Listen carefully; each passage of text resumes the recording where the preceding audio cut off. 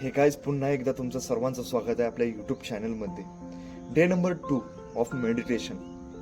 पहिल्यांदा आपण मेडिटेशनची माहिती जाणून घेऊयात. तर मित्रांनो, डेफिनेशन ऑफ मेडिटेशन. मेडिटेशन म्हणजे काय? मेडिटेशन ही अशी साधना आहे जी आपल्याला त्या लेवलला पोहोचवते. एक ध्यान ही एक उत्तम शक्ती आहे. मनन, चिंतन, स्वतःवरती फोकस करणं, ह्या सर्व गोष्टी मेडिटेशनमुळे होतात. तर तुम्हाला कोणताही ट्रेस असेल तर त्याच्याबद्दल मी सांगितलेलंच आहे की तुम्ही मेडिटेशन केलंच पाहिजे. Emotionally clam and stable state, clearly minded, ह्या अनेक गोष्टी या मेडिटेशनमुळे होतात. तर मित्रांनो, मेडिटेशन हे रोज केलंच पाहिजे आणि नक्कीच तुम्ही ह्या गोष्टी फॉलो करा.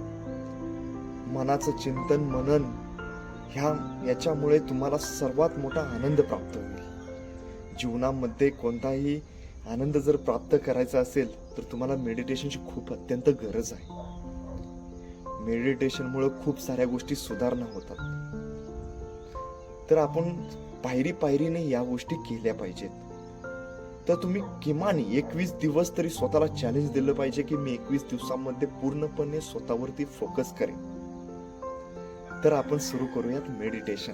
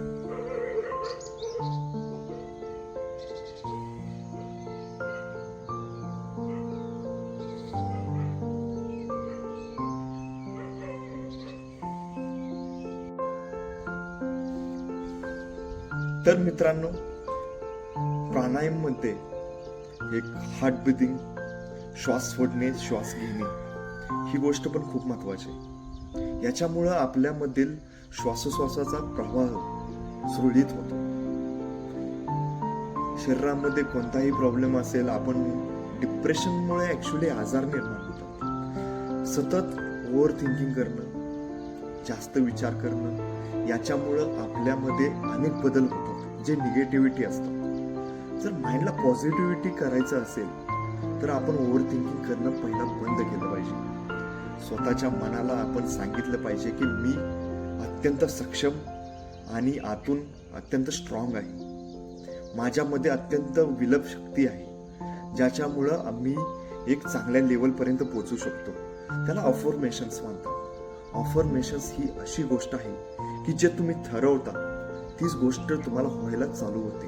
म्हणजे जर उदाहरणार्थ सांगायचं म्हणलं की मी आज आजारी नाही पडणार, तर स्वतःच्या मनाला म्हणायचं की मी आजारी नाही पडणार आणि मला काहीही झालेलं नाही, तर तुम्हाला त्या गोष्टी होत नाही. आणि त्याच्यामुळे तुम्ही एक माइंडली पॉझिटिव्हिटी होतं. तर आपण ज्यावेळी निगेटिव्ह विचार करायला चालू करतो त्यावेळी आपल्याबद्दल निगेटिव्ह गोष्टी घडतातच. हा पूर्णपणे माझा एक्सपिरियन्स आहे. कारण ज्यावेळी आपण एखाद्या गोष्टीमध्ये गुंतलो जातो ह्याच्यामुळे आपल्यावरती वाईट परिणाम चालू होतो आणि ते आपल्या शरीरासाठी हानिकारक असतात. तर मित्रांनो, एक अफर्मेशन्स अशी गोष्ट आहे त्याच्यामध्ये तुम्ही रिसर्च करून बघू शकताय. खूप साऱ्या गोष्टी आहेत ज्याच्यामुळे जीवनामध्ये चांगला बदल घडू शकतो.